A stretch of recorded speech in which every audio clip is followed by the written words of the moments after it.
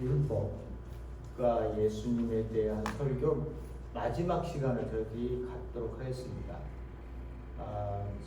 이 시간이 끝나면 저희들이 이제 다시 하나님의 나라에 대한 그 이해를 저희들이 좀 더 깊게 할 수 있는 시간들을 갖고요. 그 하나님 나라에 대한 이해를 여러분들이 깊게 하셨을 때 우리에게 이 말씀들이 이제 새롭게 좀 다른 방면에서 다른 각도에서 우리에게 접근할 수 있는 그런 새로운 또 보는 시각이 열릴 수도 있습니다. 그러니까 그것을 바라면서 다음 주에는 이제 저희들이 하나님 나라로 다시 복귀해서 많은 시간을 할애해서 저희들이 말씀을 나눌 거고요. 자, 오늘은 저희들이 이제 예수님께서 율법을 어떻게 예수님과 율법과의 관계를 설정하고 계시는지, 그 율법을 어떻게 해석을 하고 계시는지 그 부분에 대한 부분을 3시간에 걸쳐서 저희들이 봤습니다. 오늘은 이제 마태복음 20장에서 마지막 부분을 볼 것인데요. 그 부분과 함께 저희들이 생각해야 될 부분들이 많이 있는데 그 부분들을 저희들이 오늘 마지막으로 보게 될 거고요.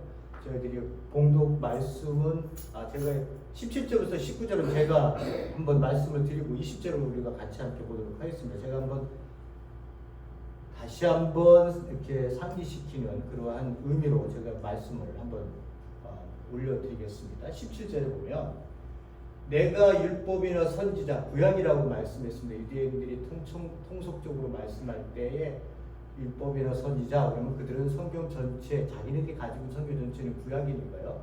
구약을 그들은 생각한다고 했죠. 그래서 내가 구약을 폐하러 온 줄로 생각하느냐? 왜 예수님께서 이런 말씀을 하신다고요? 이 글이 1차적 독자가 읽는 사람이 유대인이면서 그리스도인이 된 사람, 마태 공동체에게 주어진 글이기 때문에 그 사람들 가운데 예수님께서 혹시 율법을 폐하러 오신 분이 아니야? 왜냐하면 그 예수님이 하시는 그 모든 행위들이 율법을 넘어서거나 어떤 때는 없애버리고 무시하거나 막 이런 경향들이 나타나니까 그들 가운데 율법을 어떻게 예수님이 설정하고 계시는지에 대해서 궁금증을 가질 수밖에 없었다는 거죠. 그래서 저번 시간에 계속 봤습니다만 율법을 폐기하는 거야? 아니면 율법을 지키면서 예수를 믿어야 되는 거야? 라고 하는 이러한 혼동을 가질 수 있는 신앙의 그 분기점들 아니에요. 이런 분기점들에 대해서 예수님께서 충분히 그런 것들에 대해서 너희들이 가질 수 있는 그 의문들을 예수님께서 이제는 말씀하신다라고 하는 거예요. 그 말씀이 내가 폐하러 온 것이 아니라 그것을 성취하러 왔다. 이루기 위해서 오셨다. 지금 시점에서 보면 어떻게 해요? 예수님이 다 이루고 가신 거죠. 그러니까 우리가 다시는 구약으로 돌아가서 우리가 예수님이 힘이 없어서 예수님이 능력이 없어서 11조는 돈에 관계된 거라 예수님이 힘이 없나 봐. 그러니까 우리 11조를 지켜야 돼. 그 11조만 못 이루시고 다른 것들은 다 이루시고 예수님이 가셨다고 얘기하시잖아요. 그죠? 안식일을 지키는 사람들에게 안식일은 예수님이 영원히 폐하지 않고 그것만 남겨놓고 나머지는 다 이루셨나 봐. 이렇게 얘기하시지 않으세요? 구약 전체를 내가 되어 완성하시기, 성취하시기 위해서 오셨다. 이루기 위해서 오셨다. 그러니 지금 우리는요, 2000년이 지는 우리는 구약을 다시 들어가서 그걸 지켜야 될 의미는 없는 거죠. 그러나 그것이 예수님께서 어떻게 그것을 성취하셨냐를 보고 우리가 예수님께서 말씀하신 성취된 말씀은 우리가 가슴에 새겨서 그것을 지켜야 되는 것이죠. 자, 오늘 이제 저희 마지막에 그 부분을 나눕니다. 성취하러 왔다가 그런 의미인 거예요.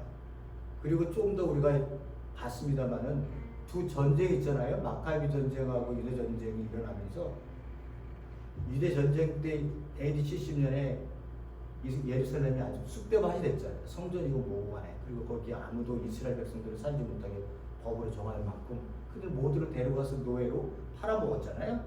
로마에서. 그런 거 보면 다 끝난 거예요. 다 끝났어요. 그런데 다시 우리가 구약의 것을 갖다가 지켜야 될 이유가 없는 거죠. 그죠?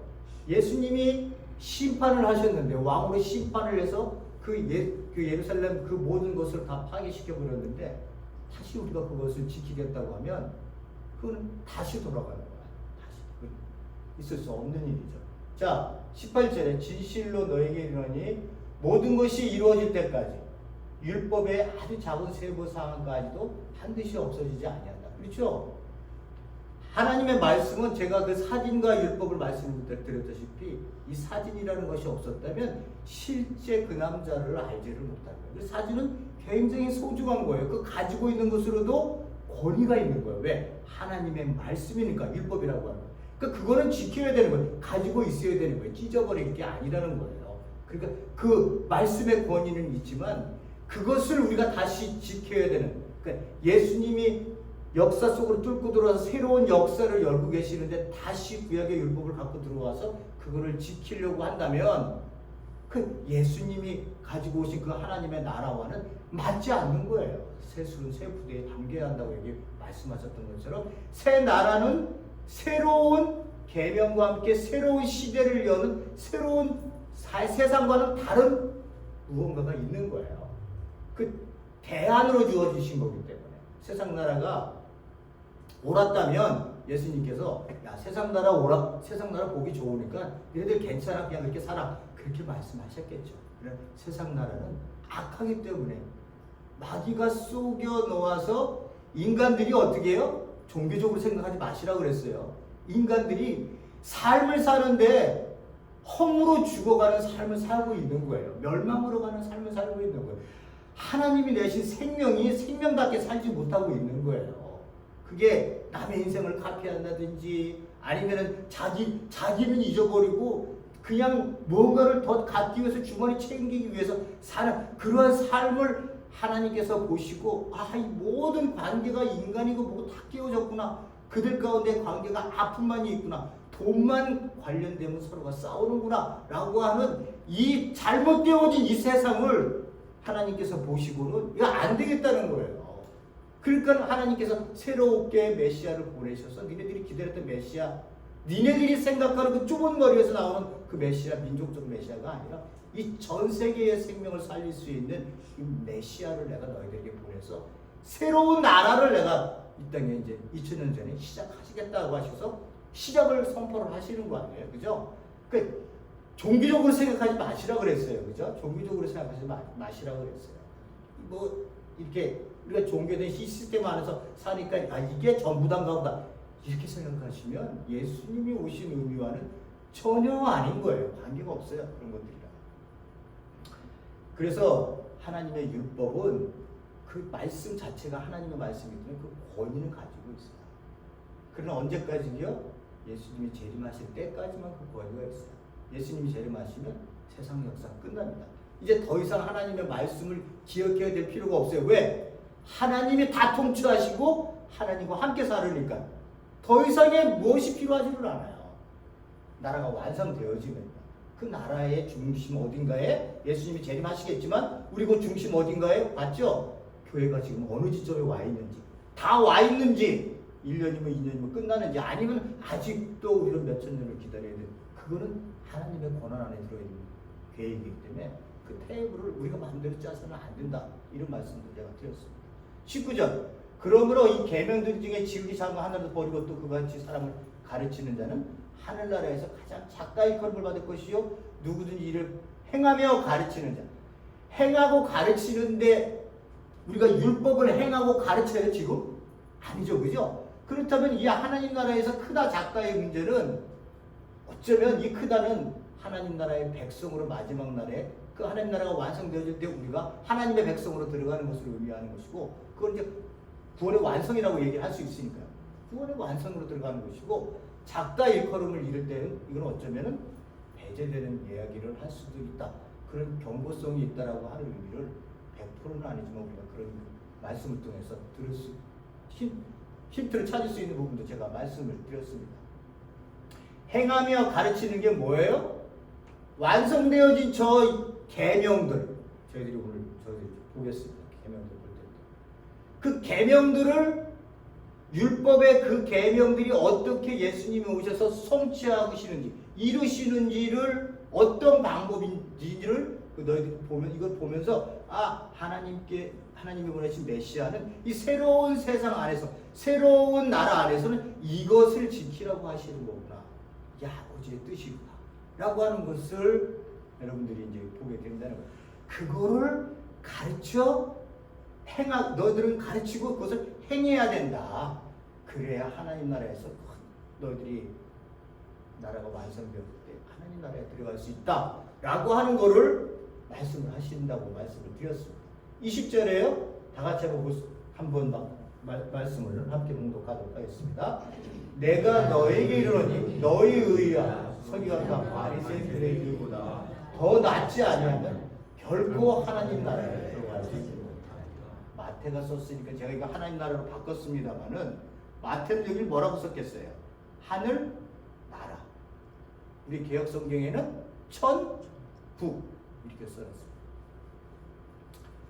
그래서 제가 그 단어가 전부 다른 단어가 아니라고 그랬죠. 본래 의미는 하나님의 나라가 가장 맞는 단어고 이 하나님 나라 할 때도 나라는 통치의 개념이다 라고 하는 개념을 제가 말씀드렸습니다. 자, 여기서 우리가 심각하잖아요. 그죠? 하나님 나라에 못 들어간다니까.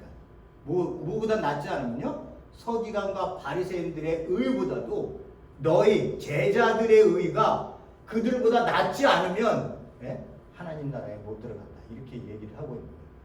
그러면 제자들, 그 서기관과 바리새인들의 의는 어떤 의였기에 그들의 의보다도 우리가 더 높아야 된다는 거야. 그 높다는 의미가 우리가 그 율법에서 10가지를 얘기했으면 우리 20가지를 지켜야 된다는 얘기야. 이렇게 그런 생각이 들잖아요. 그럼 더 많이 지켜서 더 많이 우리가 그 양쪽으로 지키면 내가 더 나은 의가 돼서 하늘나라에 나는 들어갈 수 있다는 의미인가? 라고 여러분들이 생각할 수 있잖아요. 그죠? 그거에 대한 예들, 더 나은 의가 뭔지에 대한 예들을 예수님께서 이제 말씀을 하고 계십니다. 6가지의 예를 반제를 말씀하시고요. 그리고 난 다음에 마지막 3가지는 종교적 의, 3가지의 커다란 종교적 의에 대해서 말씀하십니다.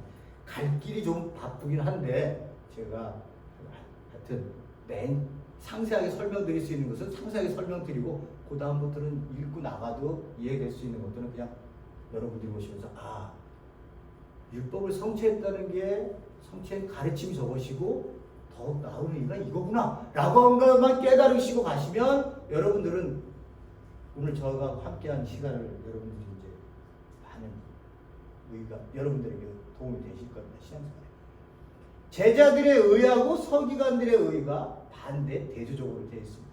얘를 넘지 못하면 밑에 서기관과 바리새인들을 넘지 못하면 너 천국에 못 들어가 이러는 거예요. 서기관은 누구예요? 율법사들이에요. 율법을 연구하고 그것을 가르쳤던 사람들이 이 서기관들이고요. 바리새인들은 어떻게 해요? 제가 한 말씀드렸죠. 마카비의 혁명을 일어났을 때 바리새인, 사두개인, 에세레파가 어떻게 생겼는지 2세기 전, 1세기 전, 거의 2세기 될 때요. 이 사람들이 바리새인들이 얼마나 율법을 지키기 위해서 자기 목숨을 버렸는지 라고 하는 부분들을 말씀드려요. 이 사람들은 지키는 사람들이에요. 말씀을 민중 속으로 들어가서 그들에게 지키는 거예요. 지도자로. 그래서 이 두 사람은요. 당시의 의인이라고 사람들이 불림을 받았어요. 왜냐하면 율법을 말씀을 연구하고 그것을 가르치고 그것을 가르치고 또 행하고 이런 데 관심을 둔 사람들이라 이 사람들을 의인이라고 불렸다고 당시의 사람들이 얘기를 하고 있습니다. 자, 이런 사람들의 의보다 제자들의 의는 더 나아야 돼요. 그렇지 않으면 못 들어가요. 이건 제가 한 얘기가 아니라 예수님이 하신 말씀이에요. 자, 더 나은 의가 뭘까? 자, 여러분들에게 이제 하나씩 말씀을 드리도록 하겠습니다.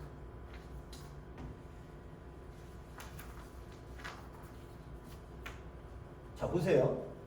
여기는 좀 제가 자세하게 말씀드릴게요.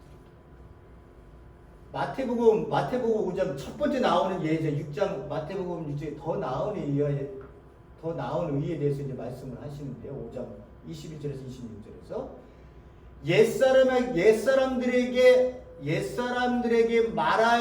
말하여진 것을 너희가 들었다. 이렇게 얘기하고 있습니다. 그러나 나는 너희에게 말한다. 완전히 대조적으로 얘기하시는 거죠. 그죠? 그러니까 내가 얘기하는 게 중요한 거예요. 지금 왜? 하나님이 보내신 메시아거든요. 이 메시아가 말씀하시는 게 아버지가 가지고 우리에게 말씀하시려는 것을 모두 아시고 아버지의 모든 것을 가지고 이 땅에 내려오신 분이에요. 요한복음을 보면 너무 그걸 잘 나타나죠. 예? 나를 본 자는 아버지를 보았거늘 왜 아버지를 또 보여달라 그래? 빌립이 물어보는 거 그렇게 말씀하시잖아요. 내가 와서 내 마음대로 하는 게 아니야. 아버지께서 주신 모든 것을 내가 너희들에게 지금 얘기하고 있는 거야. 그러니까 옛사람이 누구시? 옛사람들이 말해준 이건 어디겠어요? 신의 산, 광야의 신의 산에서 하나님을 만났을 때 모세에게 주어졌던 그 율법. 그 율법에는 너희들에게 살인하지 말라. 살인하는 자는 누구든지 심판을 받을 것이다 라고 하는 말을 너희들은 들었다는 거예요. 그리고 지금까지 지켜왔다는 거예요. 그러나 나는 내가 너희에게 말한다는 거예요. 내가 성취적 이걸 성취해서 너희들에게 가르쳐 주겠다고 하는 거예요. 성취해서. 보세요. 자기 형제에게 화내는 자는 심판을 받는다. 여기 보세요. 살인을 하는 자는 누구든지 심판을 받는다. 재판을 받는다는 의미일 거예요. 너 재판을 받는다라고 얘기했는데 벌써 여기는 여기는 살인의 문제지만 여기는 화를 내는 문제예요. 여러분 화 얼마나 많이 났어요. 저도 화를 많이 냅니다만 이 화내는 화만 내도 너 형제에게 화냈어? 너 심판받아, 재판을 받아. 이렇게 들어가는 거예요. 그러니까 여기 살인보다 화내는 거 어떤 게 더 쉬운 거예요? 화내는 게 더 쉽잖아요. 근데 여기서부터 심판을 받는 거예요. 구약에서는 니네들이 살인을 하면 심판받는다고 얘기했지. 그 율법을 너희들이 지켜왔지. 내가 새로운 세상에 새로운 시대를 여는 메시아로서 하나님 나라의 백성은 그런 것 갖고 안 돼. 너희들은 화만 내도 심판을 받고 라카라 하는 자 형제에게 너 머리가 텅 벽구나. 그런 골빈 사람이구나. 라고 너 이렇게만 얘기해도 너 공의에 잡혀. 바보라고 얘기해? 너 불타는 지옥에 던져진다. 이렇게 얘기하고 있어요. 그래서 너 하나님께 예배드리러 제사드리러가 너 형제하고 원망진 일 있어? 드리기 전에 먼저 화해부터 해. 화해하는 게 먼저 이거야. 그 다음에 예물을 드려라.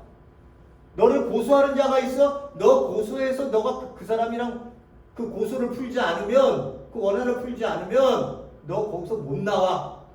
그러니까 하나님 앞에 나오기 전에 제사 드리는 게 먼저가 아니라 너는 형제 간에 깨어진 관계를 먼저 회복하고 와서 하나님께 나와서 예배를 드려라. 이런 거예요. 얼마나 심하게, 얼마나 한층 더 높은 거예요. 이건 보면 어떻게 된 거예요? 이게 지금 보니까 내 마음에 내적으로 이러한 마음을 갖고 살았기 때문에 생기는 의예요. 이거는. 그죠? 이 사람들은 내가 살인만 안 하면요, 율법에서 지켜서 살인하지 말라 했기 때문에 살인만 안 하면 이건 행위만 안 하면 내가 지킨 거예요. 그 의의를 드러내는 사람들이 서기관과 바리새인들이에요. 우리의 의의는 어떻게 돼요? 우리의 의의는요, 이거는 한층 더 높아요. 한층 더 높아요. 이건 행위의 문제가 아니라 내적인 의미예요. 내적인 의의. 그러니까 하나님 나라의 백성이 된다는 건 네가 어떤 행위를 할 때에 그 행위의 중심이 내 안에서 무엇으로 나왔느냐를 중심으로 보는 거예요. 하나님 나라의 백성은. 세상 나라는 그렇게 가진 것으로 뻐쩍지근한 뭐 자동차라도 보여주고 집이라도 보여주고 뭐 내가 유명해졌다는 거 보여주면 세상 사람들은 껌뻑하고 거기를 따라가겠지. 그런데 니네 하나님 나라의 백성들은 그런 데 관심이 있는 게 아니야. 네 마음을 돌아봐. 네가 정말 이런 마음으로 살고 싶어 하는지. 하나님의 말씀, 이 마음으로 내 마음이 살고 싶어지는지를 바라보라는 거예요. 완전히 달라요. 달라요. 이걸 예수님께서 성취적 가르침을 주고 계시는 거예요. 여기 잠깐 여기 말씀드릴게요. 여기 불타는 지옥이라고 써놨어요. 이게 게헨나라고 하는 단어거든요. 불타는 게헨나라고 하는 헬라어 단어예요. 이 게헨나라고 하는 것은요, 이게 상징적인 의미거든요. 게헨나라고 하는 것은요, 그 예루살렘이 이렇게 있어요. 이 흰놈의 아들 골짜기라고 하는 그런 의미인데, 이게 고대 이스라엘에서요, 그 백성들이 하나님을 믿지 않고 우상숭배에 빠진 가나안에 들어가서요. 우상숭배에 빠졌는데 몰록이라고 하는 신이 있었어요. 이 몰록이라고 하는 신에게 자기 애들을 갖다 바치는 거예요. 그 뜨거운 불이 펄펄 끓고 있는 뜨거운 불타고 있는 곳에 이 팔에다가 애를 갖다가 던져서 애가 얼마나 무섭고 아프고 슬프게 얼마나 아프고 이 끔찍한 현상을 보겠어요. 애가 막 우는 거예요. 그 소리의 의미를 담아서 그 골짜기를 흰놈의 아들 골짜기라고 그럽니다. 어떻게 그렇게 할 수 있을까라고 생각할 만큼 이스라엘이 우상숭배에 자기네들이 잘 살기 위해서는 아들이고 자식이고 뭐간에 바친다는 거예요. 바친다는 거예요. 그렇게 했었던 골짜기가 게헨나. 그 골짜기가 게헨나가 된 거예요. 거기가 그 골짜기가 그거를 요시야 왕이 와갖고 폐지를 시켜요. 너무나 종교개혁을 일으키면서 너무나 그 흉악스럽고 이런 일들을 하나님 앞에 한다는 게 죄악이니까 거기서 폐지를 시켜요. 그 골짜기에다가 흰놈의 골짜기에다가 그 다음서부터는 거기다가 예루살렘에서 나오는 그런 모든 쓰레기들을 다 갖다 버립니다. 심지어 죽었던 동물도 다 갖다 버리고요. 그리고 죄 때문에 죽어서 처형을 당해서 죽은 그 사람을 찾아가지 않으면요 할 수 없이 그 골짜기에 다 갖다 버렸어요. 그리고 난 다음에 거기를 어떻게 했어요? 불로 태워버렸어요. 다 태워버렸어요. 정화시키기 위해서 썩잖아요. 태워시켰습니다. 불이요 예루살렘에서 나오는 그 엄청난 쓰레기며 심지어는 동물의 사체, 사람의 사체까지 들어가서 불이 꺼지는 날이 없었어요. 그래서 그 예수님께서 뭐라고 말씀하세요? 불타는 지옥, 불타는 게헨나. 예루살렘의 남서쪽에 남쪽 서쪽에 골짜기에 있었던 곳이 요 불타는 지옥 게헨나라고. 바보라고 하는 말만 형제에게 해도 너 거기를 게헨나 지옥이라고 하는데 요 단어가 딱 사복음서에 보면 마태, 마가, 누가, 요한은 안 쓰고 야고보서에 딱 한 번 쓰이고 한 번도 안 써요. 한 번도 안 써요.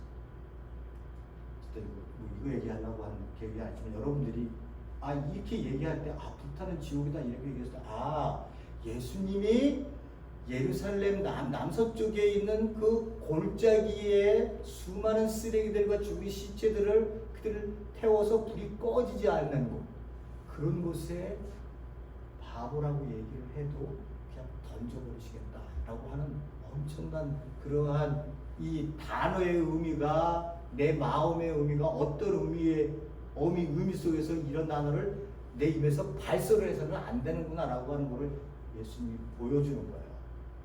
더 나으면 이해되시겠죠, 여러분? 이제 좀 빠르게 가겠습니다. 가늠하지 마라. 이런 것을 너에게 들었다. 너희가 옛 사람들이 이런 말을 했었다는 거죠, 율법에서. 근데 나는 너에게 말한다. 어떻게 된다고요? 여자를 보고 정욕을 품는 자, 마음속에서 이미 간음을 했다는 거예요. 그러니까 이거는 행위의 문제가 아니라 네 마음의 문제야. 네 마음에 벌써 어떤 여인을 보고 정욕을 품었다면 너 이미 간음을 했어. 그랬으면 너 눈이 그랬어? 눈 빼고. 오른손이 했어? 잘라버려. 그리고 어디에? 하늘나라에 들어가는 훨씬 나 지옥 들어가는 것보다는 이 얘기를 하시는. 더 나은 이가 어떤 의미인지 알겠죠? 이 내적 마음의 의를 얘기를 하고 계시는 거예요. 내 이웃을 사랑하고 내 원수를 사랑하라 하고 이런 말을 너에게 들었다. 이거 율법에서 그들에게, 그래서 이웃을 자기네들이 딱 정해놓고 고대 그 사람들만 사랑하고 그 바깥에 있는 데는 다 원수예요. 이방인들 미워해요. 그들은 상종도 안 해요. 밥도 안 먹어요. 그 동네 들어가지도 않아요. 이런 말을 내가 들었으나 내가 메시아로서 하나님 나라를 시작하고 이 땅에 새로운 백성들이 살아야 할 그들에게는 지금 이런 말로는 어림도 없어. 내가 너에게 말하는데, 성취적 가르침 말하는데, 너희들 원수들을 사랑하고 너를 박해하는 자들을 위해서 기도를 해야 돼. 이렇게 얘기를 하고 계십니다. 엄청나죠? 네? 엄청나요. 어떻게? 원수들을 내가 어떻게 사랑하고 내가 어떻게 나를 핍박하는 사람을 위해서 어떻게 기도를 해? 어떻게 하면 저 한 대 원수를 때리고 내가 원하는 내 분함을 풀지? 뭐 이런 생각을 가질지는 모르죠. 그리스도인들은 이렇게 생각을 해서 사는 자들이라고 하는 거예요. 이게 더 나은 의의로 나오잖아요. 그죠? 자, 나중에 제가 다 말씀드리겠습니다. 4절에 네 번째 보면 이렇게 자기 아내를 버리는 누구든지 그녀에게 이혼 증서를 써주라, 이런 말씀이 있었다. 이게 근데 내가 너에게 말한다. 새롭게 성취된 말씀으로 내가 너에게 말한다. 너희들은 이렇게 해야 돼 라고 하는 거예요. 여기 자기 아내를 소박한다는 거 아니에요.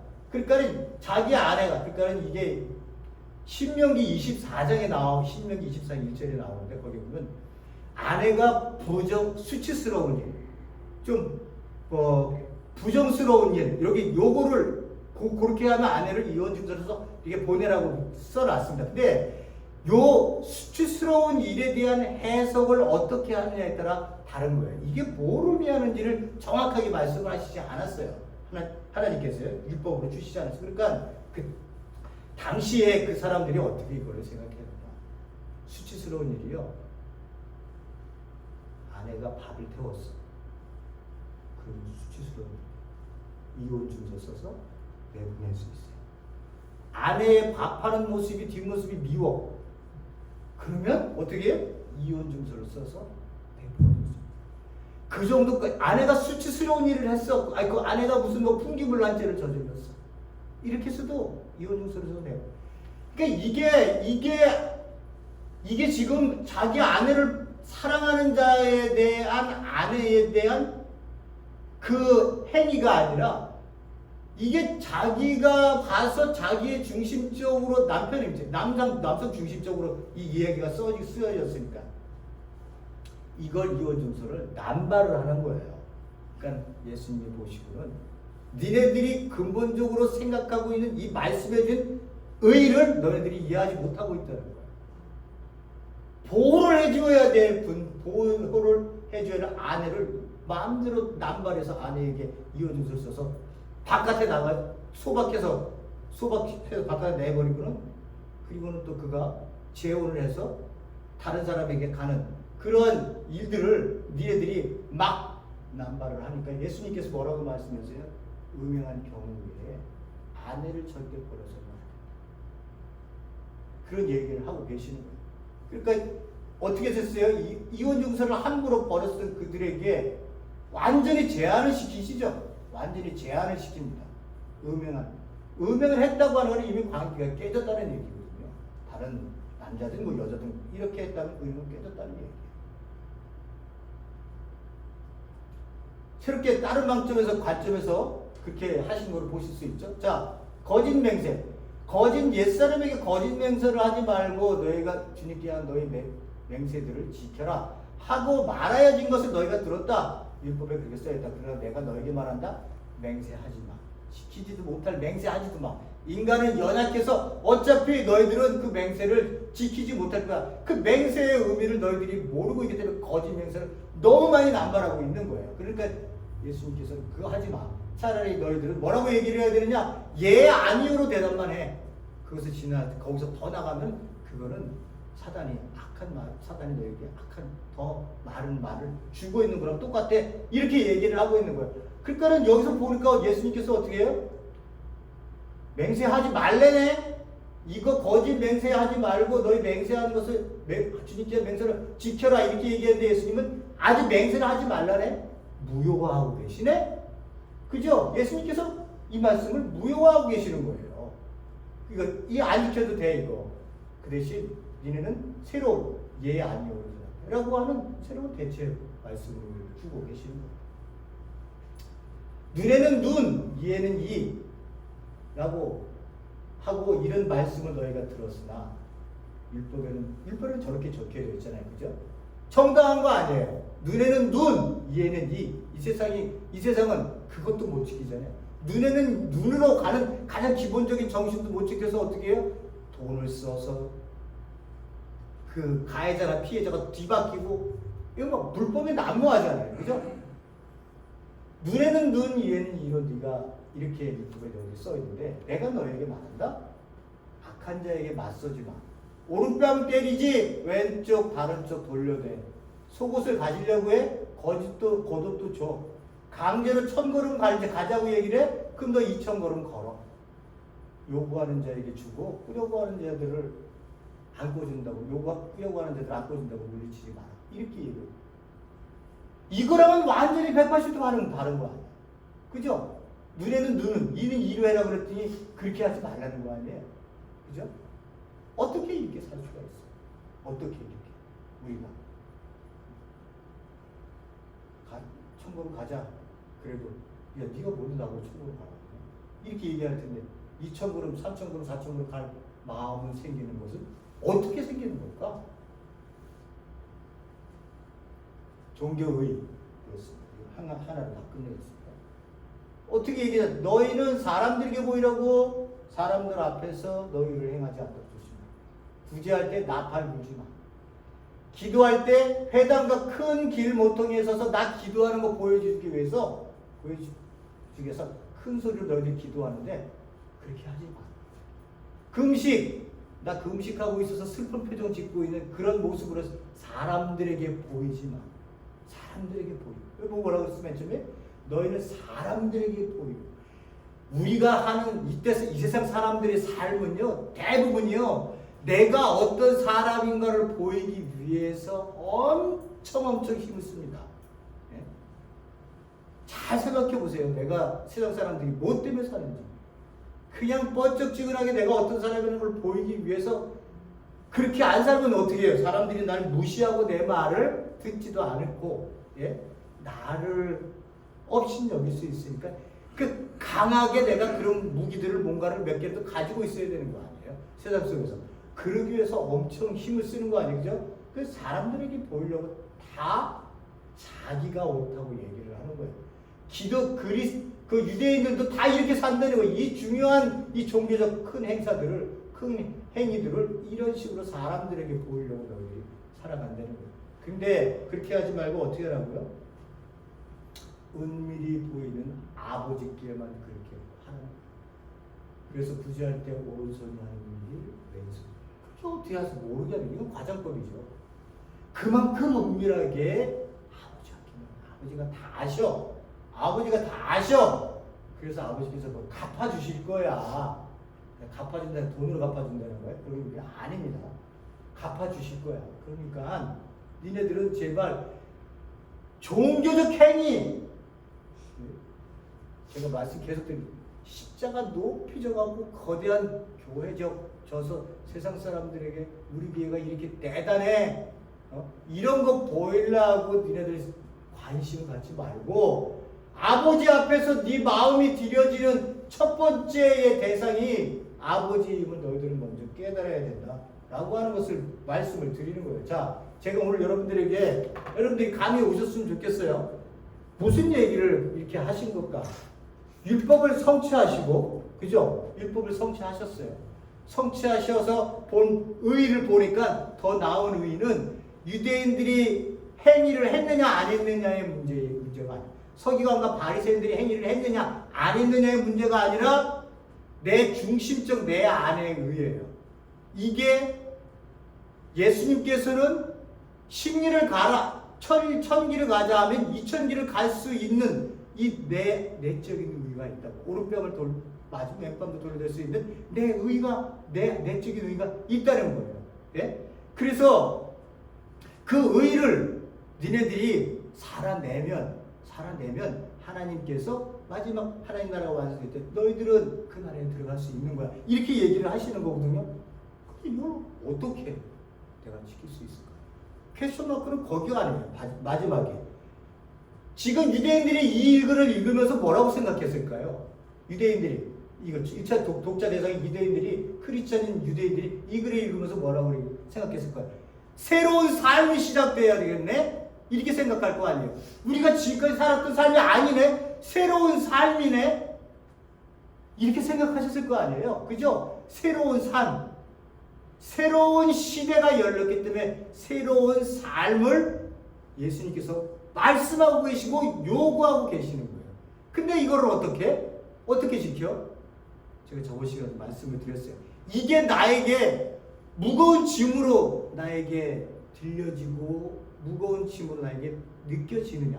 아니면 참된 생명의 삶을 살기 위해서 하나님께서 우리에게 주시는 사랑의 계명으로 이 말씀이 나에게 들려지느냐의 문제예요.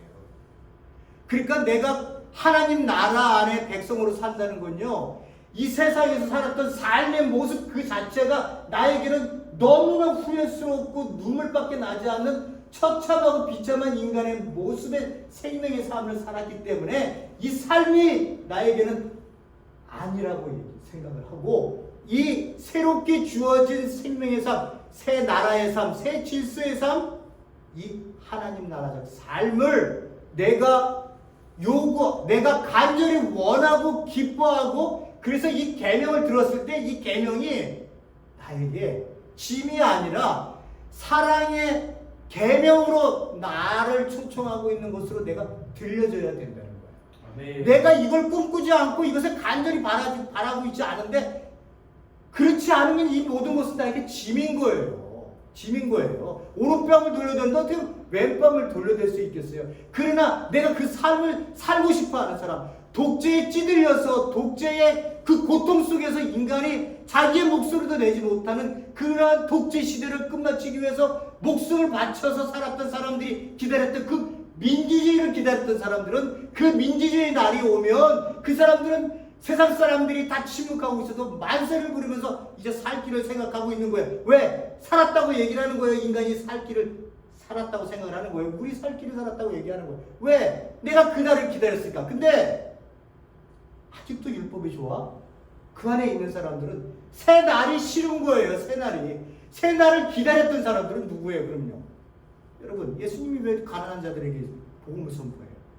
그 사람들은 이 세상에 희망을 안 걸고 있으니까. 이 세상에서 내가 인간다운 삶을 살 수 있는 이 세상 법칙, 운영, 나라, 질서, 원리, 종교조차도 아니니까. 그러니까 그들은 새로운 세상을 원한다. 그 예수님에게 간 거예요. 새롭게 말씀하고 계시는 새로운 세상을 여는 그 예수님께 그들이 자기의 인생을 바쳐 사는 거예요. 그들에게 주어지는 이 말씀들이라고 하는 건, 성취되어진 새 말씀들은 몇 가지의 예를 들어서 여러분들에게 말씀드렸습니다만은, 이 계명이 나에게 무거운 짐이 아니라 나에게 가벼울 수밖에 없고, 내가 이 계명을 받으면 나도 저렇게 살고 싶다고 하는 내 마음의 간절함이 지금은 안 된다 하더라도 그 걸음을 가고 싶어하는, 한 발짝 한 발짝 신앙의 발짝을 가고 싶어하는 간절함의 소망이 내 안에 있어야 된다는 거예요. 이 소망이 없는데 내가 어떻게 이루어질 수 있어요? 내 마음에 자발하고 내 심령이 자원하는 마음이 없는데 어떻게 이런 일들이 이루어질 수 있겠어요? 그러니까 우리 그리스도인들은요, 말씀을 읽으면 나도 이런 삶을 살고 싶어요. 하나님, 이 삶이 참된 생명의 길이에요. 이 사랑의 통치의 원리 위에서 살아가고 있는 이 하나님의 나라, 거기에 주시는 계명들은 사랑이 그 중심에 바탕으로 있기 때문에 그 계명을 살아낼 수 있는 거예요. 그게 아버지의 사랑한 하나님께서 그 하나님의 통치 안에 들어온 백성들에게 니네들이 살 수 있는 힘이 되어 주시는 거 아니에요. 그게 우리가 하나님의 나라가 임했다. 그래서 내가 하나님의 백성이 됐다. 나 하나님의 통치를 받는다. 하나님의 통치를 받는다. 하나님의 통치를 받는다. 하나님의 사랑의 통치 원리로 우리를 다스리고 계세요. 근데 내가 살아있어. 아직도 그 사랑을 받으려고 하지 않아. 내 욕심, 이기심, 그 욕망이 더 많아. 그러면 하나님의 통치가 내 안에 있겠어요? 내 간절함이 없는데, 내 간절함에 소망이 있어야 내 마음이 열리는 거 아니에요? 그 순간은 어떤 순간이에요? 내가 죽고 나를 부인하는 시간들이에요. 아멘. 그때 하나님께서 우리에게 사랑으로 나를 통치하시는 그 사랑의 원리를 내 안에 가득 담게 되는, 그러니까 온밤 마음이 햇밤 둘러대도 웃을 수 있는 거 아니에요. 천리를 가냐? 천리가 뭐야? 내가 천리 아니라 몇 천리라도 갈게. 너가 행복할 수 있다. 이런 마음이 어떻게 들 수 있겠죠? 그거는요, 내가 노력한다고 해서 되는 게 아니에요. 이렇게 뭐하나 내가 유대인들처럼 지켰다고 되는 그런 내세울 수 있는 의가 아니라는 거예요. 하나님 안에 들어와 새로운 백성으로 사는 자들이, 그 가슴 속에 하나님께서 주신 소망을 품고 사는 자들은 이런 일들을 해낼 수 있어요. 나팔 안 불어요. 내가 좀 기도한다고 바깥에 나가서 사람들 앞에 보이게 안 합니다. 슬픈 표정 안 져요. 아버지와 나와의 관계 속에서 내가 은밀하게 아버지께서 나에게 주시고자 하는 그 많은 뜻들을 내가 더 알기 위해서 이렇게 하는 일들을, 이렇게 알기 위해서, 아버지의 뜻을 행하기 위해서 이렇게 하는 일들을 왜 내 의로 다 끝내버려요? 그러니까 그건 안 된다는 거야. 그래서 말씀을 주어주면 그 말씀이 여러분들에게 무거운 짐이 아니라 하나님께서 새로운 사랑의 계명을 나에게 주고 계십니다. 이렇게 생각하시면 여러분 자유하실 수 있어요. 근데 이게 아직도 짐으로 여러분들에게 느껴지신다면 여러분들이 이렇게 기도하셔요. 하나님 안에서, 예수 그리스도 안에서 나는 예수님이 말씀하신 그 자유를 맛보고 싶습니다. 내가 자유해지면 내가 자유해져. 이 말씀도 나에게 자유롭게 진리 안에서 사랑으로 다가오겠지. 라고 그렇게 기도를 하시면 되겠죠. 어느 수행자 한 사람이요. 제가 예를 좀 들어봐 드리겠습니다. 어느 수행자 한 분이 험한 산 줄령을 수도초를 찾기 위해서 이렇게 걸어가고 있었어요. 갈 길은 먼데 산 길은 아주 험악했어요. 발걸음을 내딛기가 어려울 정도로 숨이 꽉 찼습니다. 등에 진 보따리가 너무나 무겁고 그렇게 느껴졌습니다. 가다서다를 반복하다 걸었지만 여전히 목적지는 멀게만 느껴졌습니다. 마침 그때 눈앞에 한 10살 남짓한 여자아이가 통통한 아이를 업은 채 걸어가고 있었습니다. 여자아이는 숨을 헐떡이며 천천히 걸음을 옮기고 있었습니다. 온몸이 땀 범벅이가 된 채로 아기를 업는 모습이 수도자의 수행자의 모습에 애처롭게 보였습니다. 수행자는 그래서 안쓰러워서 이렇게 물어봅니다. 얘야, 정말 고생이 많구나. 등에 진 것이 무겁지 않니? 그러자 여자아이가 그 수행자를 바라보면서 이렇게 말을 했습니다.